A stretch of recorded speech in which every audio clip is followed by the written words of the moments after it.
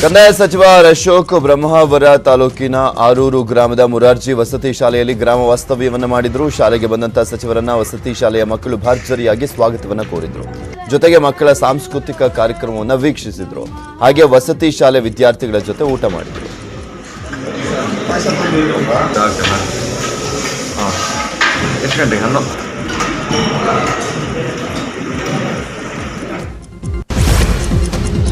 ರಮೇಶ್ ಕುಮಾರ್ ಒಬ್ಬ ಗುಳ್ಳೆ ನರಿ ಅಂತ ಸಚಿವ ಸುಧಾಕರ್ ಕಿಡಿಕಾರಿದ್ರು. ಚಿಕ್ಕಬಳ್ಳಾಪುರ ತಾಲೂಕಿನ ಹೊಸಹುಡ್ಯ ಗ್ರಾಮದಲ್ಲಿ ಮಾತನಾಡಿದಂತ ಸುಧಾಕರ್ ಕೋಚಿಮುಲ್ ವಿಭಜನೆ ವಿಚಾರದಲ್ಲಿ ರಮೇಶ್ ಕುಮಾರ್ ವಿರುದ್ಧ ಕಿಡಿಕಾರಿದ್ರು.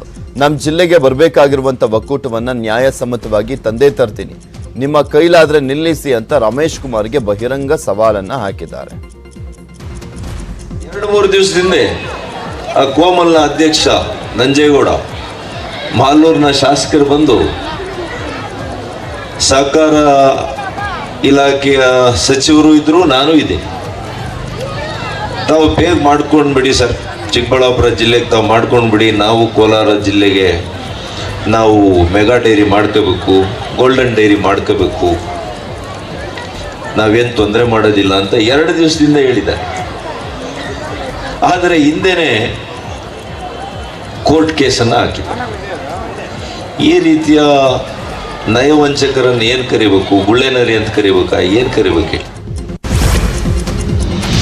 ಸಿದ್ದರಾಮಯ್ಯ ವಿರುದ್ಧ ಕುಮಾರಸ್ವಾಮಿ ಚನ್ನಪಟ್ಟಣದಲ್ಲಿ ವಾಗ್ದಾಳಿಯನ್ನು ನಡೆಸಿದ್ದಾರೆ. ಚನ್ನಪಟ್ಟಣದ ತಗಚಗೆರೆ ಗ್ರಾಮದಲ್ಲಿ ಜಿಲ್ಲಾಧಿಕಾರಿ ನಡೆ ಹಳ್ಳಿಯ ಕಡೆ ಕಾರ್ಯಕ್ರಮ ಆಯೋಜನೆ ಮಾಡಲಾಗಿತ್ತು. ಕಾರ್ಯಕ್ರಮದಲ್ಲಿ ಎಚ್.ಡಿ. ಕುಮಾರಸ್ವಾಮಿ ಭಾಗವಹಿಸಿದ್ರು. ಈ ಸಂದರ್ಭದಲ್ಲಿ ಕಲ್ಲಾಪುರ ಗ್ರಾಮದ ಸಿದ್ದೇಗೌಡ ಎಂಬ ಕುಮಾರಸ್ವಾಮಿ ಎದುರಲ್ಲಿಯೇ ಅಧಿಕಾರಿಗಳಿಗೆ ಚಾಟಿ ಬೀಸಿದರು. ಆ ರೀತಿಯ ಯಾವುದೇ ರೀತಿಯ ಪ್ರಪೋಸಲ್ಗಳು ನಮ್ಮ ಮುಂದೆ ಬಂದಿಲ್ಲ. ಕ್ಲಿಯರ್ ಗೌರ್ಮೆಂಟ್ ಅನ್ನ ಜನತಾ ದಳದ ಕ್ಲಿಯರ್ ಗೌರ್ಮೆಂಟ್ 2023 ರಚನೆ ಆಗುತ್ತೆ. ಈಗಿನ ಇರೋ 1 ವರ್ಷದಲ್ಲಿ ಸರ್ಕಾರ ಮಾಡ್ತೀರಿ ಹೋಗಿ, ಅದರ ಜೊತೆಗೆ ನಾವು ಹೋಗ್ಬಿಟ್ಟು ಕಂಡು ಇದು ರಾತ್ರಿ ಕಂಡು ಬಾವಿಗೆ. ನಮ್ಮ ನಡೆ ಹಳ್ಳಿ ಕಡೆ ಕಾರ್ಯಕ್ರಮಕ್ಕೆ ಬೆಳಗಾವಿ ಜಿಲ್ಲಾಧಿಕಾರಿ ಎಂಜಿ ಹಿರೇಮಠ ಚಾಲನೆಯನ್ನು ನೀಡಿದ್ದಾರೆ. ಬೆಳಗಾವಿ ಜಿಲ್ಲೆಯ ನಿಪ್ಪಾಣಿ ತಾಲೂಕಿನ ಗಡಿಯ ಹಂಚಿನಾಳ ಗ್ರಾಮದಲ್ಲಿ ಜಿಲ್ಲಾಧಿಕಾರಿ ಗ್ರಾಮ ವಾಸ್ತವ್ಯವನ್ನು ಹೂಡುವ ಮೂಲಕ ಜನರ ಸಮಸ್ಯೆಯನ್ನು ಆಲಿಸಿದ್ದಾರೆ. ರಾಜ್ಯದಲ್ಲಿ ನಿನ್ನೆ 1137 ಜನರಿಗೆ ಕೊರೋನಾ ಸೋಂಕು ತಗುಲಿದ್ದು 20 ಮಂದಿ ಸೋಂಕಿತರು ಸಾವನ್ನಪ್ಪಿದ್ದಾರೆ. 3870 ಜನ ಗುಣಮುಖರಾಗಿ ಡಿಸ್ಚಾರ್ಜ್ ಆಗಿದ್ದಾರೆ. ಪಾಸಿಟಿವಿಟಿ ದರ 1.43% ಇದೆ.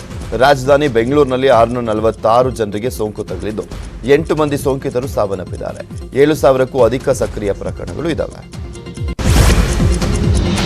ಮೈಸೂರಿನಲ್ಲಿ 18 ವರ್ಷದ ಅಕ್ಷಯ್ ಎಂಬ ವಿದ್ಯಾರ್ಥಿ ಅನುಮಾನಾಸ್ಪದವಾಗಿ ಸಾವನ್ನಪ್ಪಿದ್ದಾನೆ.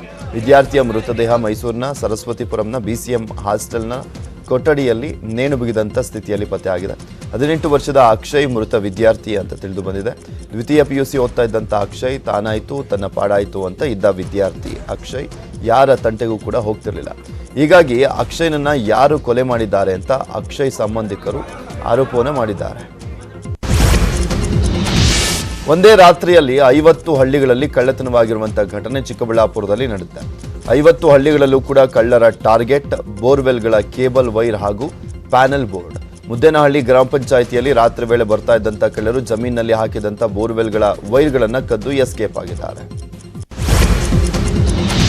ಕೇಂದ್ರ ಮಾಲಿನ್ಯ ನಿಯಂತ್ರಣ ಮಂಡಳಿ ದಾಖಲು ಮಾಡಿರುವಂತಹ ಉತ್ತಮ ವಾಯು ಗುಣಮಟ್ಟ ಹೊಂದಿರುವಂತಹ ಭಾರತದ ನಗರಗಳ ಪಟ್ಟಿಯಲ್ಲಿ ಚಾಮರಾಜನಗರ ಪ್ರಥಮ ಸ್ಥಾನದಲ್ಲಿದೆ. ಇಂದಿನ ವಾಯು ಗುಣಮಟ್ಟ ಸೂಚ್ಯಂಕ ಡೇಟಾದ ಪ್ರಕಾರ ದೇಶದಲ್ಲಿ 5 ನಗರಗಳ ವಾಯು ಗುಣಮಟ್ಟ ಉತ್ತಮ ಸ್ಥಿತಿಯಲ್ಲಿದೆ. ಆ ಪೈಕಿ 34 ಸೂಚ್ಯಂಕದೊಂದಿಗೆ ಚಾಮರಾಜನಗರದ ಜಿಲ್ಲೆನೂ ಕೂಡ ಮೊದಲ ಸ್ಥಾನದಲ್ಲಿದೆ. 10 ಸುದ್ದಿಯನ್ನು ನೋಡೋಣ, ಆದರೆ ಅದಕ್ಕೂ ಮುಂಚೆ ಒಂದು ಸ್ಮಾಲ್ ಬ್ರೇಕ್.